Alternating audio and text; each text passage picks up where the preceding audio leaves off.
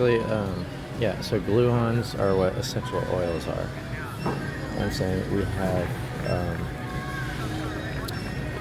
because it touches every part of you on the inside. It's the cerebral fluid. It's the neurochemical interaction between all these things. Your synapses firing. It's understanding what serotonin is. How there's a lot of serotonin, and there's a lot in the gut, and how that may have been referred to as leaky gut, or just how your gut bacteria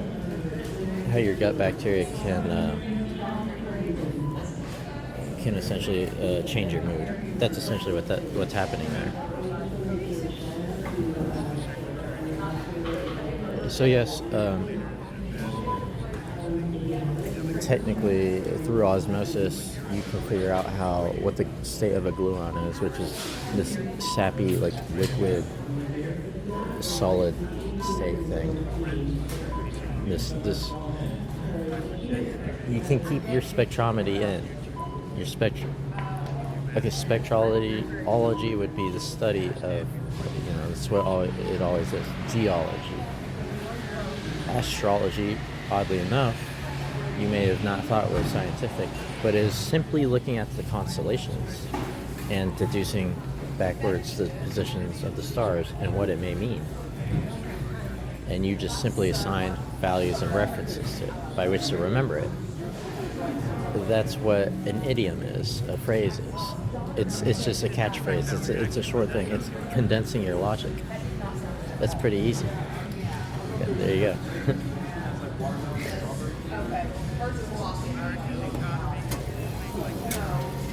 So I'm saying if you can condense this, then you can scan it again. You can condense it and scan it again. You can add resolution to it the more scans you do. Scanning and scanning and scanning. Waves, coming down, down, down, or up, up, up. That's literally what refresh rate is, which you did with cathodes, with CRT televisions. That's what refresh rate is. That's what frames per second is. You're understanding the frame block snapshot of the universe, second per second. Yeah, second per second, which is what a tachyon moment is. And the anti-tachyon moment is basically what antimatter is doing. It's matter moving backwards in time. Because time was an illusion created by string theory and gravity. So it's a very complex thing. So now that you understand what gluons are, it's what glues. It's the blur motion of spectrometry. It's the refresh rate of the universe, which is what the Mandelbrot is doing. It's maintaining a refresh rate. That's when you ask if you're in the simulations or not. This is basically that same question, ontologically. This is what the cosmological constant is. This is why we start talking in scientific constants and scientific laws, because they are truths.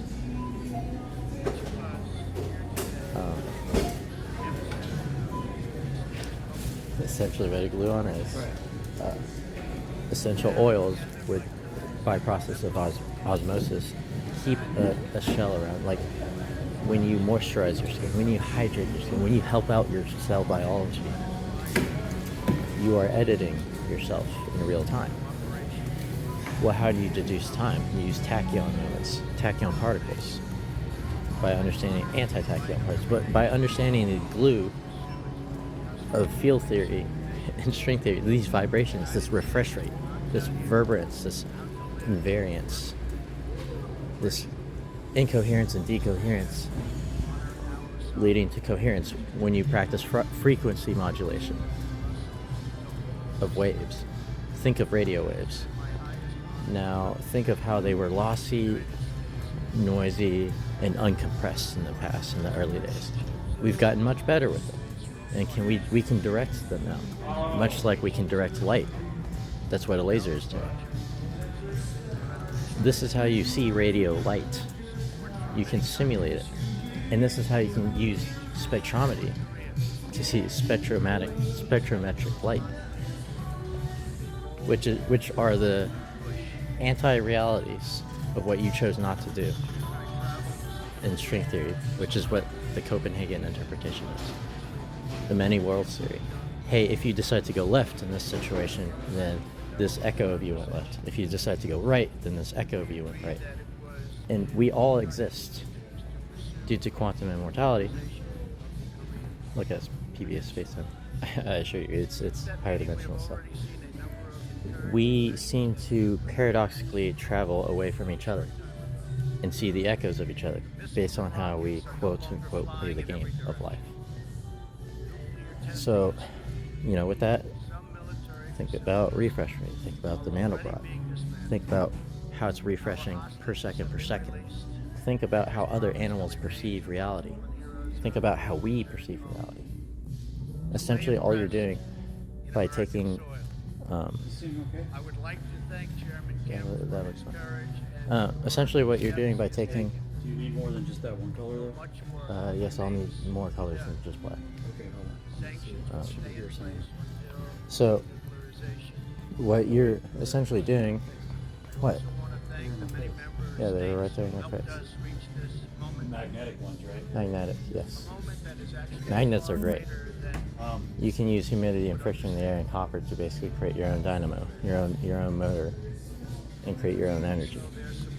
Anyways. Why do you think there's more, but it's this, and there's those? Well, because they're two-sided. It's a double-edged thing. You see, there's more colors here. Oh, is that better then? I don't know. No. What I'm saying is those might have a different function. If these have, so it's the value that more colors provides. Okay. These are. I'm saying maybe it's better designed. You have to understand the processes that go between manufacturing. Personally, a double-sided one would work for me. What about this double-sided, the bigger marker? I had those. They're in the storage. But these are better than those. Well, these have magnetic tips, so they serve a different purpose. These are magnetic right here too, right? And these are antimicrobial over here, right? It's 250. Well, because it's probably pretty easy. Well, I guess the question is, purge which one do you think is better? Or move things from one end to another. You're moving bacteria and germs from one area to another. Which one would you rather have? I think I can try these out because there are more of them than the magnetic ones, right? Anyways, sorry, I was talking about dry erase marker colors. That's my hobby. Okay, here I'm standing next to bubble wrap. Now I'm standing next to foam cushion. You have to understand what insulation is. It's the propagation of waves. And these propagations of waves, you have to understand how they bounce off of each other, these ripples. Think of it being in like a quantum bathtub and these ripples. And now everything consideration with the gluons and like the refresh rate of time itself. Now add that onto that, those considerations. And you already know everything coalesces into a sphere in space because of gravity. This is undisputable. Well, frequency modulation is the understanding of the traveling of these waves. So if you wanted to have a sound deafened room, you would cover it in perhaps these foam geometric wall coverings. It's basically practicing insulation to manipulate the traveling of these, so we can create soundproof rooms because we understand how to manipulate these waves so well to disperse them away in such a way that the room does not get louder, it gets quieter. This is essentially what understanding of thermal quench is. It is the micro to the macro. It is understanding where these waves are, where they're going, how to manipulate redshift and blue shift itself. I would argue blue shifting is space-time coming towards you, which is time itself coming towards you. And redshifting is time going away from you. part of That's why when we look out and we see the edge of the universe, that's redshifted. That's so far away now. Blue is closer to you. This is simply called the Doppler effect, which you can every solution. hear in real. The Doppler effect, everything creates a bow shock through space-time. That's why you hear ambulances coming toward you, and they sound like they're coming toward you for quite some time.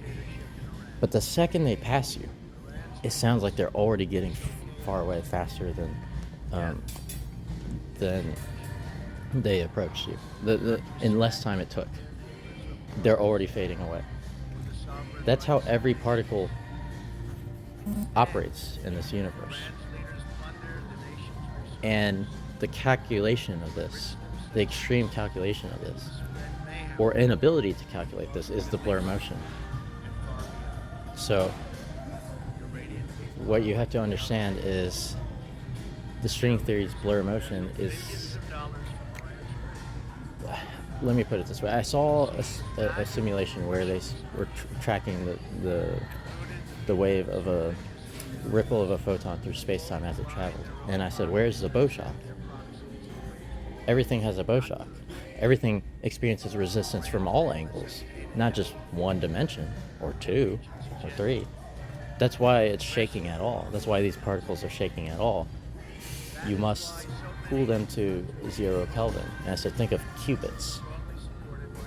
The more you stabilize them, the cooler, the more solidified they get, the more they're actually going to do for you.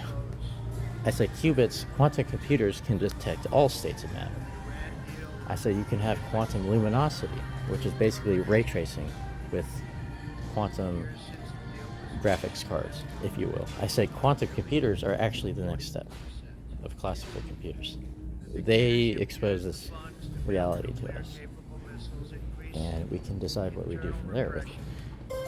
Every technology always leads us to a more efficient society. So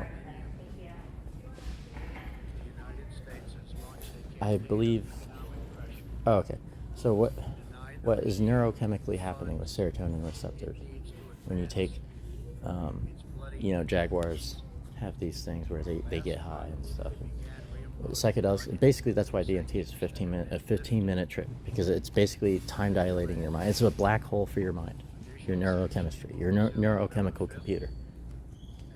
It's doing the work for you. It's essentially, imagine creating a program for a quantum computer. You're telling it to do this.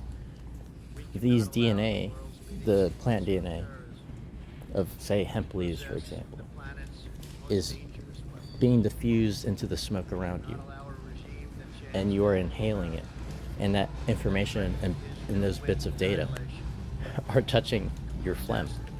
And what I said to people, what I noticed is this cerebral fluid, this mucus, this phlegm, seems to very easily come out when I superheat it from its perspective, which is essentially smoking. So by using THC to decarbonate, which is understand how we have oxygenation and we breathe out carbon dioxide. I see, that's funny. I just passed a wishbone pillow in Walmart. Okay, so by decarbonating, which by the way, you can decarbonate weed nuggets, we shall say, in an oven and mix it in, capture it with an oil. I did that with coconut oil, and sure enough, the process still worked. My neurochemistry, I started processing information faster. This is the difference between... Yes, thank you. I would take one. Okay. The difference between this is the effect of a depressant and the effect of a stimulant. So you understand, stimulation makes your brain process things faster. Depression makes your brain process things slower. America has a depression problem. It has a serotonin bioavailability problem. And as we understand, selective serotonin reuptake inhibitors take advantage of this measure of time to make sure the consumption rate or the interaction rate of the serotonin is to such a level that it smooths out a person's mood. This is why things may be even referred to as mood stabilizers. Knowing how to do this on a natural scale foregoes the need for pills and products. Although you could still make it's a shortcut. But you cannot force it on people. And that's really what the Constitution is about. It says we the people.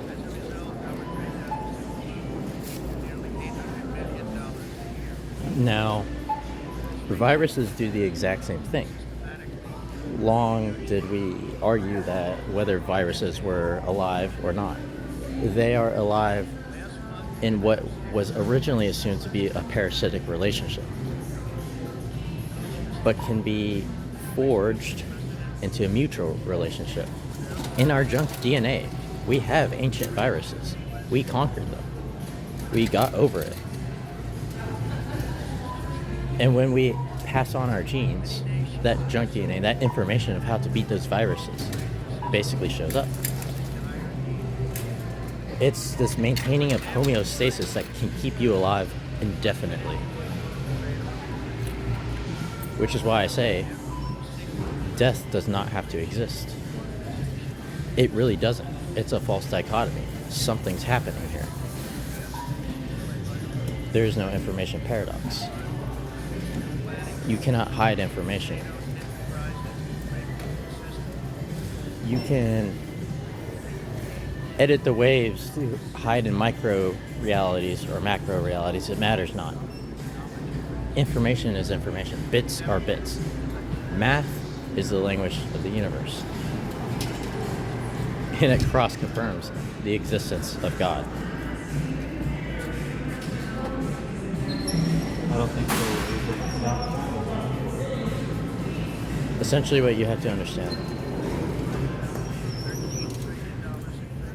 is that depressants, the effect of depressants, antidepressants, stimulants, antipsychotics, all must be recontextualized as they are not disorders.